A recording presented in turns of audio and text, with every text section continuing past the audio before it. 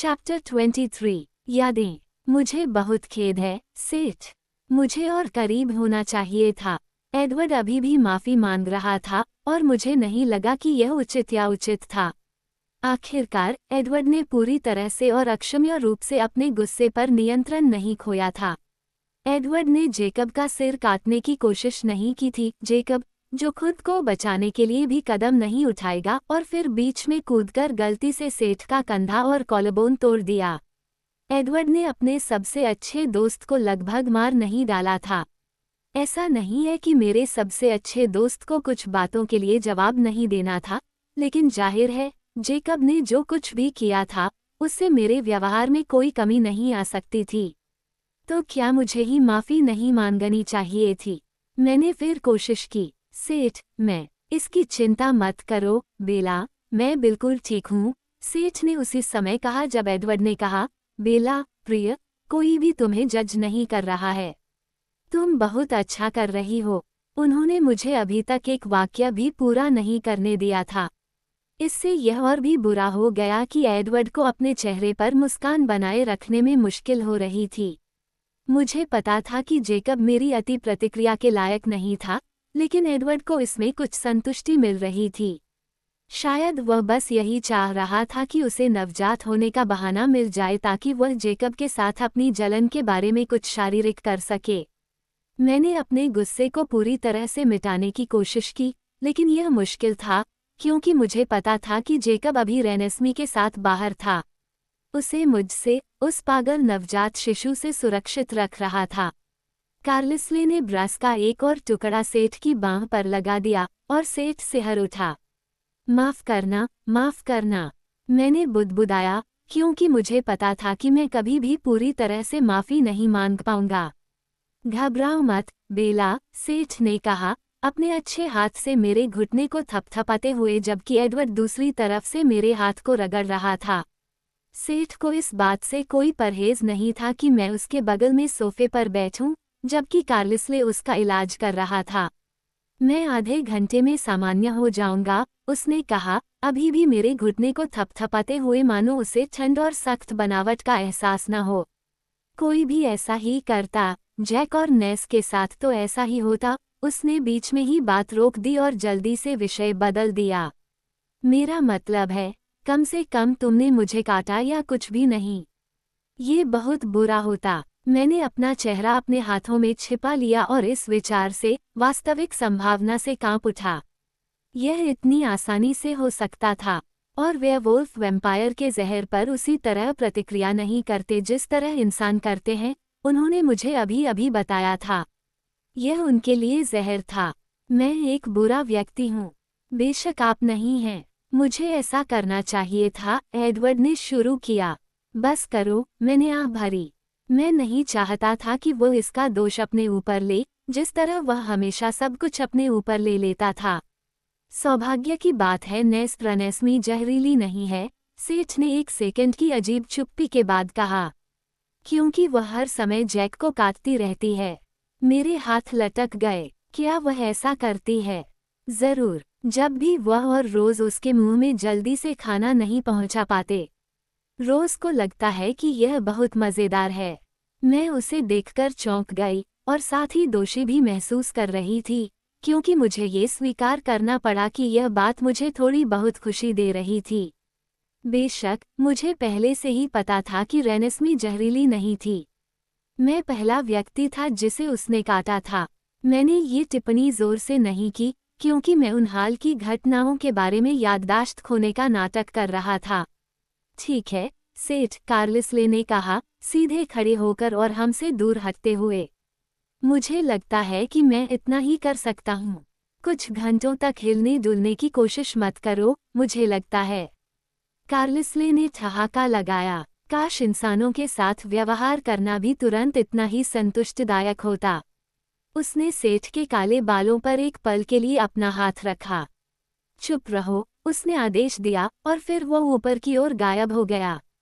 मैंने उसके कार्यालय का दरवाज़ा बंद होते सुना, और मुझे आश्चर्य हुआ कि क्या उन्होंने वहाँ मेरे समय के सबूत पहले ही मिटा दिए हैं। मैं शायद कुछ देर तक स्थिर बैठ सकता हूँ, कार्लिसल के चले जाने के बाद सेठ ने सहमति जताई और फिर उसने जोर से जम्हाई ली। सावधानी से अपने कंधे को न मोड़ते हुए सेठ ने अपना सिर सोफे की पीठ पर टिकाया और अपनी आंखें बंद कर लीं। कुछ सेकंड बाद उसका मुंह ढीला पड़ गया। मैं 1 मिनट के लिए उसके शांत चेहरे को देखकर भौंचक्का रह गया। जेकब की तरह सेठ को भी अपनी मर्जी से सो जाने का वरदान मिला हुआ था। ये जानते हुए कि मैं कुछ समय के लिए फिर से माफ़ी नहीं मांग पाऊंगा, मैं उठ गया। इस हरकत से सोफे पर जरा भी हलचल नहीं हुई। हर शारीरिक हरकत इतनी आसान थी, लेकिन बाकी। एडवर्ड मेरे पीछे पीछे की खिड़की तक आया और मेरा हाथ पकड़ लिया। लिया नदी के किनारे किनारे चल रही थी, बीच बीच में रुककर घर को देख रही थी। ये बताना आसान था कि वो कब अपने भाई को ढूंढ रही थी और कब मुझे। वो कभी चिंता भरी निगाहों से देखती तो कभी जानलेवा निगाहों से। मैं जेकब और रोज़ली को बाहर सीढ़ियों पर चुपचाप झगड़ते हुए सुन सकता था कि रेनेस्मी को खिलाने की बारी किसकी है। उनका रिश्ता पहले की तरह ही विरोधी था। अब वे केवल एक ही बात पर सहमत थे कि मुझे अपने बच्चे से तब तक दूर रखा जाना चाहिए जब तक कि मैं अपने गुस्से से पूरी तरह से उबर न जाऊं। एडवर्ड ने विवाद किया था। उनके फैसले पर मैं यकीन नहीं कर सकता था, लेकिन मैं इसे जाने दूंगा। मैं भी निश्चित होना चाहता था। हालांकि मुझे चिंता थी कि मेरा 100% यकीन और उनका 100% यकीन बहुत अलग अलग चीजें हो सकती हैं। उनकी झगड़ों, सेठ की धीमी सांसों और लिया की परेशान हाँफने के अलावा वहाँ बहुत शांति थी। एम्मेट, एलिस और एस्मे शिकार कर रहे थे। जेस पर मुझे देखने के लिए पीछे रह गया था। वो अब न्यूल पोस्ट के पीछे चुपचाप खड़ा था, इस बारे में अप्रिय न होने की कोशिश कर रहा था। मैंने शांति का लाभ उठाते हुए एडवर्ड और सेठ द्वारा बताई गई सभी बातों के बारे में सोचा, जबकि कार्लिसले सेठ की बांह पर पट्टी बांध रहे थे। जलते समय मैं बहुत कुछ भूल गया था और यह मेरे लिए उसे समझने का पहला वास्तविक मौका था। मुख्य बात ये थी कि सैम के समूह के साथ झगड़े का अंत हो गया था, जिसके कारण अन्य लोग अपनी मर्जी से आने जाने में सुरक्षित महसूस कर रहे थे। युद्धविराम पहले से कहीं अधिक मजबूत था या अधिक बाध्यकारी, आपके दृष्टिकोण पर निर्भर करता है, मैंने कल्पना की। बाध्यकारी, क्योंकि सभी झुंड के कानूनों में सबसे निरपेक्ष ये था कि कोई भी भेड़िया कभी भी दूसरे भेड़िए के निशान की वस्तु को नहीं मार सकता। ऐसी चीज का दर्द पूरे झुंड के लिए असहनीय होगा। गलती, चाहे जानबूझकर की गई हो या आकस्मिक, माफ नहीं की जा सकती थी। इसमें शामिल भेड़िए मौत तक लड़ते थे, कोई दूसरा विकल्प नहीं था। ये बहुत पहले हुआ था, सेठ ने मुझे बताया, लेकिन केवल गलती से। कोई भी भेड़िया जानबूझकर किसी भाई को इस तरह से नष्ट नहीं करेगा। इसलिए रेनेस्मी अब अछूती थी क्योंकि जेकब अब उसके बारे में जो महसूस करता था। मैंने इस तथ्य की राहत पर ध्यान केंद्रित करने की कोशिश की, न कि निराशा पर, लेकिन यह आसान नहीं था। मेरे दिमाग में दोनों भावनाओं को एक ही समय में तीव्रता से महसूस करने के लिए पर्याप्त जगह थी। और सैम भी मेरे परिवर्तन के बारे में नाराज नहीं हो सकता था, क्योंकि जेकब सही अल्फा के रूप में बोल रहा हूँ ने इसकी अनुमति दी थी। मुझे बार बार यह एहसास होता था कि मैं जेकब पर कितना एहसानमंद हूँ, जबकि मैं सिर्फ उससे नाराज होना चाहता था। मैंने अपनी भावनाओं को नियंत्रित करने के लिए जानबूझकर अपने विचारों को पुनर्निर्देशित किया। मैंने एक और दिलचस्प घटना पर विचार किया। हालांकि अलग अलग पैक के बीच चुप्पी जारी रही, जेकब और सैम ने पाया कि अल्फा अपने भेड़िया रूप में रहते हुए एक दूसरे से बात कर सकते हैं। ये पहले जैसा नहीं था, वे हर विचार को उस तरह से नहीं सुन सकते थे जैसे वे विभाजन से पहले सुनते थे। यह जोर से बोलने जैसा था, सेठ ने कहा था। सैम केवल उन विचारों को सुन सकता था जो जेकब साझा करना चाहता था, और इसके विपरीत। उन्होंने पाया कि वे दूरी पर भी संवाद कर सकते हैं, अब जब वे फिर से एक दूसरे से बात कर रहे थे। उन्हें ये सब तब तक पता नहीं चला था जब तक जेकब अकेले नहीं गया था। सेठ और लिया की आपत्तियों के बावजूद सैम को रेनेस्मी के बारे में समझाने के लिए। ये पहली बार था जब उसने रेनेस्मी को पहली बार देखने के बाद उसे छोड़ा था। एक बार जब सैम को समझ में आ गया कि सब कुछ कैसे बदल गया है, तो वह जेकब के साथ कार्लिसले से बात करने के लिए वापस आ गया। उन्होंने मानवीय रूप में बात की थी। एडवर्ड ने अनुवाद करने के लिए मेरे पास से जाने से इनकार कर दिया था और संधि को नवीनीकृत किया गया था। हालांकि रिश्ते की दोस्ताना भावना कभी भी वैसी नहीं हो सकती। नीचे एक बड़ी चिंता, लेकिन एक और भी था, जो हालांकि क्रोधित भेड़ियों के झुंड जितना शारीरिक रूप से खतरनाक नहीं था, फिर भी मुझे अधिक जरूरी लगा। चार्ली, उसने आज सुबह एस्मे से बात की थी, लेकिन इसके बावजूद उसने दोबारा फोन किया, 2 बार, बस कुछ ही मिनटों के लिए। कुछ समय पहले जब कार्लिसले सेठ का इलाज कर रहा था, कार्लिसले और एडवर्ड ने फोन बजने दिया था। उसे क्या बताना सही होगा? क्या कलन सही थे? क्या उसे यह बताना सही था कि मैं सबसे अच्छे, सबसे दयालु तरीके से मर गया हूँ? क्या मैं ताबूत में चुपचाप लेटा रह सकता था जबकि वो और मेरी माँ मेरे लिए रो रहे थे? यह मुझे सही नहीं लगा, लेकिन चार्ली या रेनी को वोल्टुरी के गोपनीयता के जुनून के खतरे में डालना स्पष्ट रूप से सवाल से बाहर था। मेरे आदर्श चार्ली ने मुझे तब देखा जब मैं इसके लिए तैयार था और उसे अपनी गलत धारणाएं बनाने दी। तकनीकी रूप से पिशाच नियम अखंड बने रहेंगे। क्या ये चार्ली के लिए बेहतर नहीं होगा अगर उसे पता चले कि मैं जीवित हूँ, कुछ हद तक और खुश? भले ही मैं अजीब और अलग था और शायद उसके लिए डरावना था। मेरी आंखें, खास तौर पर, अभी बहुत डरावनी थीं। चार्ली के लिए मेरा आत्मसंयम और मेरी आंखों का रंग तैयार होने में कितना समय लगेगा? क्या बात है, बेला? जेस्पर ने मेरी बढ़ती हुई बेचैनी को समझते हुए धीरे से पूछा। कोई भी तुमसे नाराज नहीं है। नदी के किनारे से एक हल्की सी गुर्राहट ने उसका खंडन किया, लेकिन उसने इसे अनदेखा कर दिया, या यहाँ तक कि हैरान भी नहीं है, सच में। खैर, मुझे लगता है कि हम हैरान हैं। सर, मुझे खुशी है कि तुम इतनी जल्दी इस स्थिति से बाहर निकल आए। तुमने अच्छा किया। किसी ने तुमसे जो उम्मीद की थी उससे भी बेहतर। जब वह बोल रहा था तो कमरे में बहुत शांति छा गई। सेठ की सांसें धीमी खर्राटों में बदल गईं। मुझे ज्यादा शांति महसूस हुई, लेकिन मैं अपनी चिंताओं को नहीं भूला। मैं दरअसल चार्ली के बारे में सोच रहा था। आगे बढ़ते ही झगड़ा बंद हो गया। आह, जेस्पर बुदबुदाया, हमें वाकई यहाँ से चले जाना चाहिए, है न? मैंने पूछा, कम से कम कुछ समय के लिए। मान लीजिए कि हम अटलांटा या किसी जगह पर हैं। मैं एडवर्ड की नज़र को अपने चेहरे पर टिका हुआ महसूस कर सकता था, लेकिन मैंने जेस्पर की तरफ देखा। उसने ही मुझे गंभीर स्वर में जवाब दिया, हाँ, अपने पिता की रक्षा करने का यही एकमात्र तरीका है। मैं एक पल के लिए सोच में पड़ गया। मुझे उसकी बहुत याद आएगी। मुझे यहाँ सबकी याद आएगी। जेकब, मैंने सोचा, खुद के बावजूद। हालांकि वह तड़प गायब हो गई थी और परिभाषित भी हो गई थी और मुझे बहुत राहत मिली कि वह अभी भी मेरा दोस्त था। कोई ऐसा व्यक्ति जो मुझे असली रूप से जानता था और उसे स्वीकार करता था। एक राक्षस के रूप में भी। मैंने जेकब की कही हुई बातों के बारे में सोचा। मेरे उस पर हमला करने से पहले उसने मुझसे विनती की थी। तुमने कहा था कि हम एक दूसरे के जीवन में शामिल हैं, है न? कि हम एक परिवार हैं। तुमने कहा था कि तुम और मैं ऐसे ही होने चाहिए। तो अब हम एक परिवार हैं। यही तो तुम चाहते थे। लेकिन यह वैसा नहीं लगा जैसा मैं चाहता था। बिल्कुल नहीं। मुझे और पीछे की ओर मेरे मानव जीवन की धुंधली, कमजोर यादों को याद किया। याद करने के लिए सबसे कठिन हिस्सा एडवर्ड के बिना का समय, एक ऐसा समय जो इतना अंधकार में था कि मैंने इसे अपने दिमाग में दफनाने की कोशिश की थी।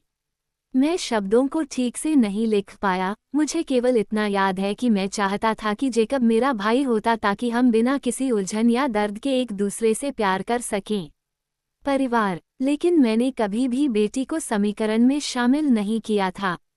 मुझे थोड़ी देर बाद याद आया कि मैंने जेकब को कितनी बार अलविदा कहा था, ये सोचते हुए कि वह किसके साथ रहेगा। जो मैंने उसके साथ किया उसके बाद कौन उसकी जिंदगी को सही करेगा। मैंने कुछ कहा था कि वह जो भी थी, वह उसके लिए पर्याप्त नहीं होगी। मैंने नाक सिकुड़ी और एडवर्ड ने सवालिया अंदाज में एक भौं उठाए। मैंने बस अपना सिर हिलाया। लेकिन जितना भी मैं अपने दोस्त को याद कर सकता था, मुझे पता था कि एक बड़ी समस्या थी। क्या सैम या जेरेड या क्विल कभी भी अपने जुनून की वस्तुओं, एमिली, किम और क्लेयर को देखे बिना पूरा दिन बिता पाए थे? क्या वे ऐसा कर सकते थे? रेनेस्मी से अलग होने से जेकब पर क्या असर पड़ेगा? क्या इससे उसे दर्द होगा?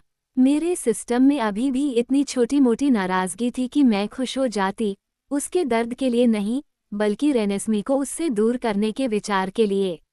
मैं उसे जेकब का होने के साथ कैसे पेश आ सकती थी, जबकि वह मुश्किल से ही मेरी थी। सामने के बरामदे पर हलचल की आवाज ने मेरे विचारों को बाधित कर दिया।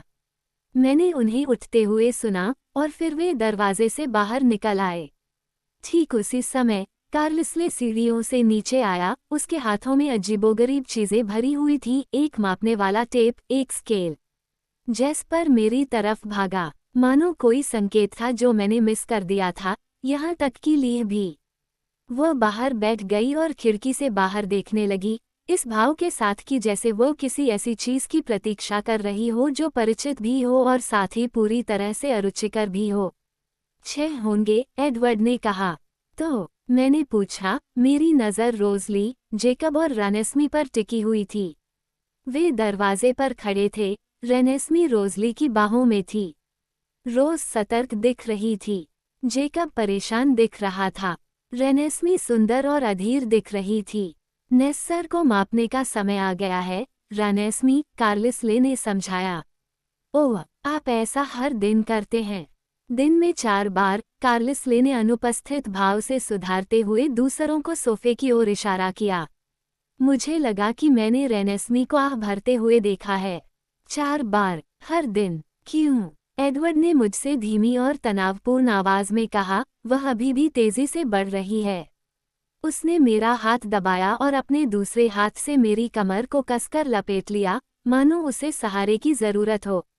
मैं रेनेस्मी के चेहरे से अपनी नजरें नहीं हटा पा रहा था, इसलिए उसके हाव भाव देख रहा था। वह बिल्कुल स्वस्थ और सुंदर दिख रही थी। उसकी त्वचा बैकलिट अल्बास्टर की तरह चमक रही थी, उसके गालों का रंग गुलाब की पंखुड़ियों जैसा था। ऐसी चमकदार सुंदरता में कुछ भी गलत नहीं हो सकता। निश्चित रूप से उसकी जिंदगी में उसकी मां से ज्यादा खतरनाक कुछ नहीं हो सकता। क्या हो सकता है? जिस बच्चे को मैंने जन्म दिया था और जिससे मैं 1 घंटे पहले फिर से मिली थी, उनके बीच का अंतर किसी को भी स्पष्ट हो सकता था। रेनेस्मी और रानेस्मी के बीच का अंतर 1 घंटे पहले और अब रानेस्मी अधिक सूक्ष्म थी। मानव आंखें कभी भी इसका पता नहीं लगा पाती, लेकिन यह वहां था। उसका शरीर थोड़ा लंबा था, बस थोड़ा सा पतला। उसका चेहरा बिल्कुल गोल नहीं था, यह 1 मिनट डिग्री से ज्यादा अंडाकार था। उसके बालों के छल्ले उसके कंधों से 16वें इंच नीचे लटक रहे थे। वह रोज़ली की बाहों में मदद के लिए खींची हुई थी, जबकि कार्लिसल ने टेप माप को उसकी लंबाई के नीचे चलाया और फिर उसके सिर पर घेरा बनाया। उसने कोई नोट नहीं लिया, एकदम सही याद है। मुझे पता था कि जेकब की बाहें उसकी छाती पर उतनी ही कसकर बंधी हुई थीं जितनी एडवर्ड की बाहें उसकी छाती के चारों ओर बंधी हुई थीं। उसकी भारी भौहें उसकी गहरी गहरी आंखों के ऊपर एक रेखा में मिल गई थीं। वो कुछ ही हफ्तों में एक कोशिका से सामान्य आकार के बच्चे में विकसित हो गई थी। जन्म के कुछ ही दिनों बाद वह एक बच्ची बनने की राह पर थी। अगर विकास की ये दर बनी रही, मेरे पिशाच मन को गणित में कोई परेशानी नहीं थी। हम क्या करें? मैंने भयभीत होकर फुसफुसाया। एडवर्ड की बाहें कस गईं। वह ठीक से समझ गया कि मैं क्या पूछ रहा था। मुझे नहीं पता, ये धीमा हो रहा है, जेकब ने दांतों से बुदबुदाया। हमें इस प्रवृत्ति पर नजर रखने के लिए कई और दिनों तक माप की आवश्यकता होगी, जेकब। मैं कोई वादा नहीं कर सकता। कल वह 2 इंच बड़ी थी, आज ये कम है। यदि मेरी माप सही है तो 1 इंच के 32वें हिस्से से, कार्लिसले ने शांति से कहा। ठीक से काम करो, डॉक्टर, जेकब ने धमकी भरे शब्दों में कहा। रोज़ली सख्त हो गई। आप जानते हैं कि मैं अपना सर्वश्रेष्ठ प्रयास करूंगा, कार्लिसले ने उन्हें आश्वासन दिया। जेकब ने आह भरी। लगता है मैं बस इतना ही पूछ सकता हूँ। मुझे फिर से चिढ़ होने लगी, जैसे जेकब मेरी लाइनें चुरा रहा था और उन्हें गलत ढंग से बोल रहा था। रेनेस्मी भी चिढ़ी हुई लग रही थी। वह छटपटाने लगी और फिर रोसेली की ओर अपना हाथ बढ़ाया। रोसेली आगे झुकी ताकि रेनेस्मी उसका चेहरा छू सके। 1 सेकंड के बाद रोज ने आह भरी। वह क्या चाहती है? जेकब ने फिर से मेरी बात दोहराते हुए पूछा। बेला, बेशक, रोज़ली ने उससे कहा और उसके शब्दों ने मेरे अंदर थोड़ी गर्माहट महसूस कराई। फिर उसने मेरी तरफ देखा। तुम कैसे हो? चिंतित हूँ, मैंने स्वीकार किया और एडवर्ड ने मुझे कसकर पकड़ लिया। हम सभी हैं, लेकिन मेरा मतलब यह नहीं था। मैं नियंत्रण में हूँ, मैंने वादा किया। प्यास अभी सूची में सबसे नीचे थी। इसके अलावा रेनेस्मी की गंध बहुत ही गैर खाद्य तरीके से अच्छी थी। जेकब ने अपने होंठ काटे लेकिन रोसेली को रोकने के लिए कोई कदम नहीं उठाया क्योंकि उसने रेनेस्मी को मेरे सामने पेश किया। जेस्पर और एडवर्ड ने उसे जाने दिया। मैं देख सकता था कि रोज कितनी तनाव में थी और मुझे आश्चर्य हुआ कि इस समय जेस्पर को कमरा कैसा लग रहा था। या क्या वह मुझ पर इतना ध्यान केंद्रित कर रहा था कि वह दूसरों को महसूस नहीं कर पा रहा था। जैसे ही मैंने रेनेस्मी को अपनी बाहों में लिया, उसने भी मेरी बाहों में हाथ डाला। उसके चेहरे पर एक चमकदार मुस्कान थी। वह मेरी बाहों में इतनी आसानी से समा गई जैसे कि उन्हें सिर्फ उसके लिए ही बनाया गया हो। तुरंत उसने अपना गर्म छोटा हाथ मेरे गाल पर रख दिया। हालांकि मैं तैयार था, फिर भी मेरे दिमाग में एक दृश्य की तरह उस याद को देखकर मैं अचंभित रह गया। इतना उज्ज्वल और रंगीन लेकिन पूरी तरह से पारदर्शी भी। उसे याद आ रहा था कि मैं जेकब को सामने के लॉन में दौड़ा रहा था और सेठ को हमारे बीच से छलांग लगाते हुए देख रहा था। उसने ये सब बिल्कुल साफ साफ देखा और सुना था। यह मेरी तरह नहीं लग रहा था। ये सुंदर शिकारी अपने शिकार पर धनुष से निकले तीर की तरह छलांग लगा रहा था। यह कोई और ही होना चाहिए था। इससे मुझे थोड़ा कम दोषी महसूस हुआ क्योंकि जेकब अपने हाथों को सामने उठाए हुए असहाय खड़ा था। उसके हाथ नहीं कांप रहे थे। एडवर्ड ने हंसते हुए रेनेस्मी के विचारों को मेरे साथ देखा और फिर हम दोनों ने कराहते हुए कहा जब हमने दरार की आवाज़ सुनी। सेठ की हड्डियां। रेनेस्मी ने अपनी शानदार मुस्कान बिखेरी और उसकी यादों की आंखों ने जेकब को इस सारी गड़बड़ के दौरान नहीं छोड़ा। मैंने यादों का एक नया स्वाद चखा, बिल्कुल सुरक्षात्मक नहीं, बल्कि जेकब को देखते हुए ज्यादा अधिकारपूर्ण। मुझे ये स्पष्ट आभास हुआ कि वह खुश थी कि सेठ ने खुद को मेरे सामने रखा था। वह नहीं चाहती थी कि जेकब को चोट लगे। ओह अद्भुत, एक खत्तर ने कराहते हुए कहा। बिल्कुल सही, ऐसा सिर्फ इसलिए है क्योंकि उसका स्वाद हम सभी से बेहतर है, एडवर्ड ने मुझे आश्वस्त करते हुए कहा। उसकी आवाज़ उसकी अपनी झुंझलाहट से कठोर हो गई थी। मैंने तुमसे कहा था कि वह भी मुझे पसंद करती है, जेकब ने कमरे के उस पार से चिढ़ाते हुए कहा। उसकी नज़र रेनेस्मी पर थी। उसका मजाक आधे अधूरे मन से था, उसकी भौहों का तनाव अभी भी कम नहीं हुआ था। रेनेस्मी ने बेसब्री से मेरे चेहरे पर थपथपाया, मेरा ध्यान आकर्षित करने की मांग की। एक और याद। रोज़ली अपने प्रत्येक कल के माध्यम से धीरे से ब्रश खींच रही थी। यह अच्छा लगा। कार्लिसले और उसके टेप मापक को देखकर उसे पता था कि उसे खिंचाव और स्थिर रहना होगा। यह उसके लिए दिलचस्प नहीं था। ऐसा लगता है कि वह आपको उन सभी बातों का ब्यौरा देगी जो आपने मिस कर दी हैं, एडवर्ड ने मेरे कान में टिप्पणी की। मेरी नाक सिकुड़ गई जब उसने अगला गिलास मुझ पर फेंका। एक अजीब धातु के कप से आ रही गंध इतनी सख्त कि आसानी से काटी न जा सके ने मेरे गले में जलन पैदा कर दी। आउच! और फिर रेनेस्मी मेरी बाहों से बाहर आ गई, जो मेरी पीठ के पीछे बंधी हुई थीं। मैंने जेस्पर के साथ संघर्ष नहीं किया, मैंने बस एडवर्ड के डरे हुए चेहरे को देखा। मैंने क्या किया? एडवर्ड ने मेरे पीछे जेस्पर की ओर देखा और फिर मेरी ओर देखा। लेकिन उसे प्यास की याद आ रही थी, एडवर्ड ने बुदबुदाते हुए कहा। उसके माथे पर रेखाएं खींच गई। उसे मानव रक्त का स्वाद याद आ रहा था। जेस्पर की बाहों ने मेरी बाहों को और कस लिया। मेरे दिमाग के एक हिस्से ने महसूस किया कि यह विशेष रूप से असुविधाजनक नहीं था, दर्दनाक तो बिल्कुल नहीं, जैसा कि किसी इंसान के लिए होता। ये बस परेशान करने वाला था। मुझे यकीन था कि मैं उसकी पकड़ तोड़ सकता हूँ, लेकिन मैंने उससे लड़ाई नहीं की। हाँ, मैंने सहमति जताई। और एडवर्ड ने एक सेकंड के लिए मेरी तरफ भौहें सिकुड़ी और फिर उसका चेहरा ढीला पड़ गया। वह एक बार हंसा और ऐसा लगता है कि कुछ भी नहीं हुआ। इस बार अति प्रतिक्रिया मेरी है। जेज, उसे जाने दो। बंधने वाले हाथ गायब हो गए। जैसे ही मैं आज़ाद हुआ, मैंने रेनेस्मी को पकड़ने के लिए हाथ बढ़ाया। एडवर्ड ने बिना किसी हिचकिचाहट के उसे मुझे सौंप दिया। मैं समझ नहीं पा रहा हूँ, जेस्पर ने कहा। मैं इसे बर्दाश्त नहीं कर सकता। मैं आश्चर्य से देखता रहा कि जेस्पर पिछले दरवाजे से बाहर निकल गया। लिया ने उसे थोड़ी जगह देने के लिए कदम आगे बढ़ाया और फिर एक ही झटके में नदी के ऊपर कूद पड़ी। रेनेस्मी ने मेरी गर्दन को छुआ, प्रस्थान का दृश्य तुरंत दोहराते हुए, जैसे कि एक पल की पुनरावृत्ति हो।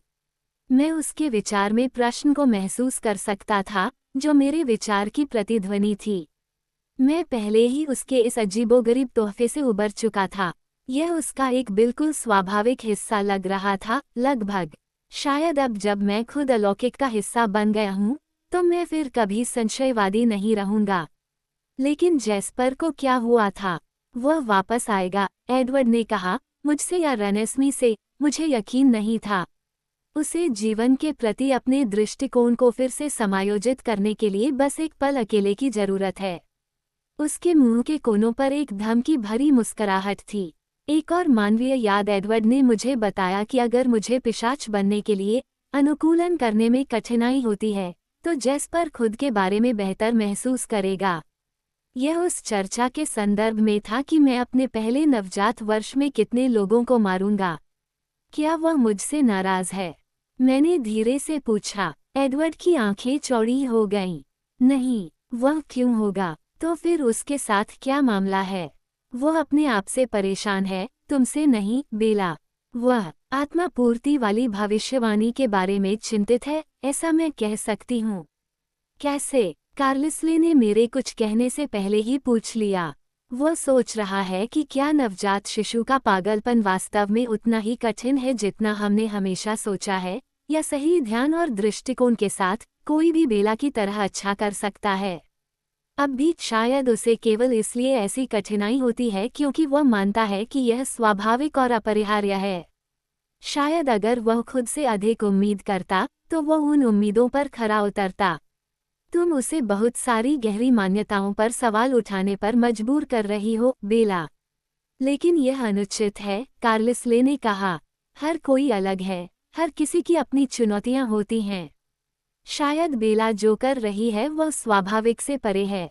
शायद यह उसका उपहार है, ऐसा कहा जा सकता है। मैं आश्चर्य से स्तब्ध रह गया। रेनेस्मी ने परिवर्तन महसूस किया और मुझे छुआ। उसे समय का आखिरी सेकंड याद आया और वह सोच रही थी कि ऐसा क्यों हुआ। एडवर्ड ने कहा, यह एक दिलचस्प सिद्धांत है और काफी विश्वसनीय भी है। एक छोटी सी जगह के लिए मैं निराश था। क्या कोई जादुई दृश्य नहीं, कोई भयानक आक्रामक क्षमता नहीं, जैसे ओह मेरी आंखों से बिजली के बोल्ट मारना या कुछ और। कुछ भी मददगार या मजेदार नहीं। और तब मुझे एहसास हुआ कि इसका क्या मतलब हो सकता है, अगर मेरी महाशक्ति असाधारण आत्मा नियंत्रण से अधिक कुछ नहीं है। एक बात तो यह है कि कम से कम मेरे पास एक उपहार तो था। ये कुछ भी नहीं हो सकता था, लेकिन इससे भी अधिक, यदि एडवर्ड सही था, तो मैं उस भाग को छोड़ सकता था जिससे मुझे सबसे अधिक डर लगता था।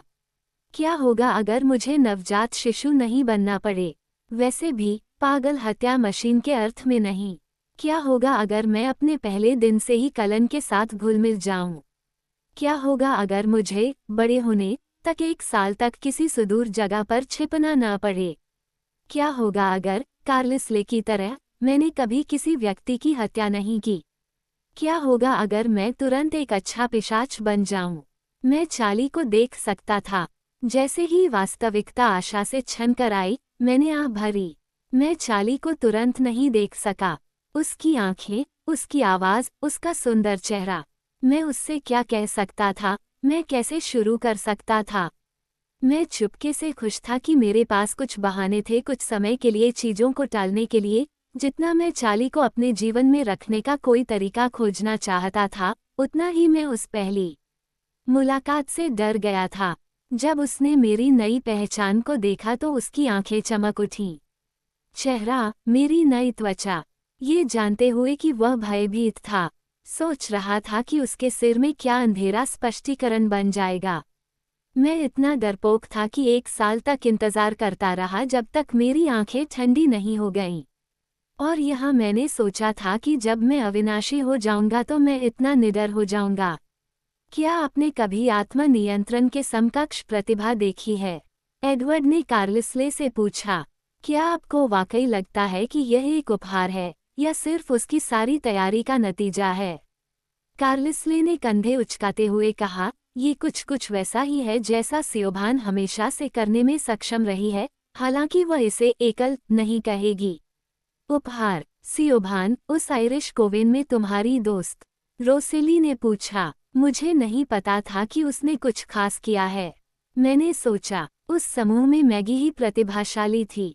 हाँ, सियोभान भी यही सोचती है, लेकिन उसके पास अपने लक्ष्य तय करने और फिर उन्हें लगभग वास्तविकता में बदलने का एक तरीका है। वो इसे अच्छी योजना मानती है, लेकिन मुझे हमेशा आश्चर्य होता है कि क्या ये कुछ और था। जब उसने मैगी को शामिल किया, उदाहरण के लिए, लियाम बहुत क्षेत्रीय था, लेकिन सियोभान चाहती थी कि यह काम करे, और ऐसा हुआ। एडवर्ड, कार्लिसले और रोजली कुर्सियों पर बैठ गए और चर्चा जारी रखी। जेकब सेठ के बगल में सुरक्षात्मक ढंग से बैठा था, उबा हुआ लग रहा था। जिस तरह से उसकी पलकें झुकी हुई थीं, उससे मुझे यकीन था कि वह कुछ देर के लिए बेहोश हो जाएगा। मैंने सुना, लेकिन मेरा ध्यान बंटा हुआ था। रेनेस्मी अभी भी मुझे अपने दिन के बारे में बता रही थी। मैंने उसे खिड़की की दीवार से पकड़ रखा था, मेरी बाहें उसे अपने आप हिला रही थीं और हम एक दूसरे की आंखों में देख रहे थे। मुझे एहसास हुआ कि दूसरों के पास बैठने की कोई वजह नहीं थी। मैं पूरी तरह से आराम से खड़ा था। यह उतना ही आरामदायक था जितना बिस्तर पर लेटना होता है। मुझे पता था कि मैं 1 हफ्ते तक बिना हिले डुले ऐसे ही खड़ा रह पाऊंगा और 7 दिनों के अंत में भी मैं उतना ही आराम महसूस करूंगा जितना कि शुरुआत में महसूस किया था। उन्हें आदत से बाहर बैठना चाहिए। मनुष्य किसी ऐसे व्यक्ति को नोटिस करेंगे जो घंटों तक खड़ा रहता है, बिना अपना वजन दूसरे पैर पर डाले। अभी भी, मैंने देखा कि रोसेली अपनी उंगलियों को अपने बालों से रगड़ती है और कार्लिसले अपने पैरों को क्रॉस करता है। बहुत ज्यादा स्थिर रहने से बचने के लिए छोटी छोटी हरकतें, बहुत ज्यादा वैम्पायर। मुझे उनके कामों पर ध्यान देना होगा और अभ्यास करना शुरू करना होगा। मैंने अपना वजन वापस अपने बाएं पैर पर डाल दिया। यह मुझे थोड़ा मूर्खतापूर्ण लगा। शायद वे मुझे अपने बच्चे के साथ थोड़ा समय अकेले बिताने का मौका देना चाहते थे जितना सुरक्षित हो सके। रेनेस्मी ने मुझे दिन की हर छोटी छोटी घटना के बारे में बताया और मुझे उसकी छोटी छोटी कहानियों के लहजे से यह एहसास हुआ कि वह चाहती थी कि मैं उसे हर उस चीज़ के बारे में जानूं जो मैं चाहता था। उसे इस बात की चिंता थी कि मैं कुछ चीज़ों को अनदेखा कर रहा हूँ, जैसे कि गौरैया जो जेकब द्वारा उसे पकड़े जाने पर उसके करीब और करीब आ रही थी। वे दोनों एक बड़े हेमलॉक के पास बहुत शांत थीं। पक्षी रोजली के करीब नहीं आते थे। यह बेहद घिनौना सफ़ेद पदार्थ बेबी फॉर्मूला जिसे कार्लिसले ने उसके कप में डाला था, इसकी गंध खट्टी मिट्टी की तरह थी। यह एडवर्ड ने उसे जो गाना सुनाया था, वह इतना बढ़िया था कि रेनेस्मी ने उसे मेरे लिए 2 बार बजाया। मुझे आश्चर्य हुआ कि मैं उस याद की पृष्ठभूमि में था, बिल्कुल गतिहीन लेकिन फिर भी काफ़ी घायल दिख रहा था। मैं उस समय को अपने नज़रिए से याद करके कांप उठा। भयानक आग। लगभग 1 घंटे के बाद बाकी लोग अभी भी अपनी चर्चा में डूबे हुए थे। सेठ और जेकब सोफे पर एक सुर में खर्राटे ले रहे थे। रेनेस्मी की यादों की कहानियां धीमी पड़ने लगीं। वे किनारों पर थोड़ी धुंधली हो गईं और निष्कर्ष पर पहुंचने से पहले ही फोकस से बाहर हो गईं। मैं घबराहट में एडवर्ड को बीच में रोकने ही वाला था कि क्या उसे कुछ गड़बड़ है, तभी उसकी पलकें फड़क उठीं और बंद हो गईं। उसने जम्हाई ली, उसके मोटे गुलाबी होंठ एक तरफ खींच गए। ओके चारों ओर चक्कर लगाया और उसकी आंखें फिर कभी नहीं खुलीं। जैसे ही वह सो गई, उसका हाथ मेरे चेहरे से दूर हो गया। उसकी पलकों के पीछे सूर्योदय से पहले पतले बादलों का हल्का लवेंडर रंग था। उसे परेशान न करने के लिए सावधानी से मैंने उस हाथ को वापस अपनी त्वचा पर उठाया और उसे उत्सुकता से वहीं रखा। पहले तो कुछ नहीं था, और फिर कुछ मिनटों के बाद मुट्ठी भर तितलियों की तरह रंगों की झिलमिलाहट उसके विचारों से बिखरने लगी। मंत्रमुग्ध होकर मैंने उसके सपनों को देखा। इसमें कोई अर्थ नहीं था, बस रंग, आकृतियां और चेहरे। मैं इस बात से प्रसन्न था कि कितनी बार मेरा चेहरा, मेरे दोनों चेहरे, घृणित मानव और शानदार अमर उसके अचेतन विचारों में उभर आए। एडवर्ड या रोजली से ज्यादा मैं जेकब के साथ कंधे से कंधा मिलाकर खड़ी थी। मैंने कोशिश की कि मैं इसे अपने ऊपर हावी न होने दूं। पहली बार मुझे समझ में आया कि एडवर्ड कैसे मुझे रात रात भर बोरिंग तरीके से सोते हुए देख पाता था, बस मुझे नींद में बातें करते हुए सुनने के लिए। मैं रेनेस्मी को हमेशा सपने में देख सकता था। एडवर्ड के स्वर में आए परिवर्तन ने मेरा ध्यान खींचा जब उसने कहा, आखिरकार, और खिड़की से बाहर देखने के लिए मुड़ा। बाहर गहरी, बैंगनी रात थी, लेकिन मैं पहले की तरह ही दूर तक देख सकता था। अंधेरे में कुछ भी छिपा नहीं था, हर चीज का रंग बदल गया था। लिया अभी भी गुस्से में थी, उठी और झाड़ियों में छिप गई, ठीक उसी समय जब एलिस नदी के दूसरी तरफ दिखाई दी। एलिस एक शाखा से आगे पीछे झूल रही थी, जैसे कि एक ट्रेपेज कलाकार पैर की उंगलियां हाथों को छू रही हों, फिर अपने शरीर को नदी के ऊपर एक सुंदर सपाट चक्कर में फेंक रही थी। एस्मे ने एक अधिक पारंपरिक छलांग लगाई, जबकि एम्मेट पानी के बीच से सीधे कूद गया, पानी को इतनी दूर तक उछाला कि छींटे पीछे की खिड़कियों पर जा गिरे। मेरे आश्चर्य के लिए जैस्पर ने भी उसका पीछा किया। उसकी खुद की कुशल छलांग दूसरों के बाद अर्थपूर्ण, यहाँ तक कि सूक्ष्म लग रही थी। एलिस के चेहरे पर फैली बड़ी सी मुस्कान एक अजीब सी परिचित सी लग रही थी।